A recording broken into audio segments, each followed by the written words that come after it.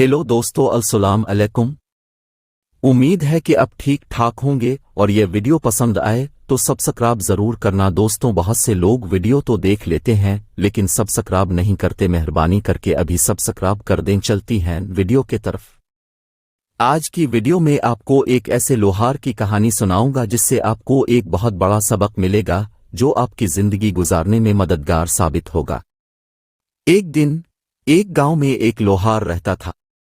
वो बहुत मेहनती और कारगुजार शख्सियत रखता था। वो हमेशा अपने काम में मसरूफ रहता और अच्छी मानित करता था। गांव वाले भी उसकी मेहनत और ईमानदारी को देखकर उसकी तारीफ करते थे। लोहार के पास एक छोटा सा कारगा था जहां वो दिन रात काम करता था।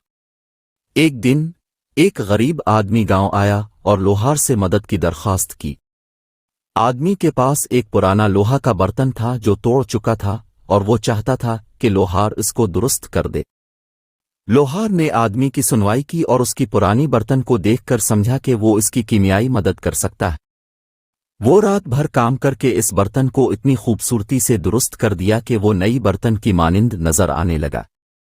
आदमी खुशी से भरकर गांव वापस गया और लोगों को उसकी कहानी सुनाई कि कैसे लोहार ने इसकी मदद की और उसके पुराने बर्तन को नई शक्ल दी। इसके बाद लोगों ने लोहार की मेहनत और कारगुजारी को और भी ज्यादा कदर देने लगे और वो इस गांव का महबूब शख्स बन गया।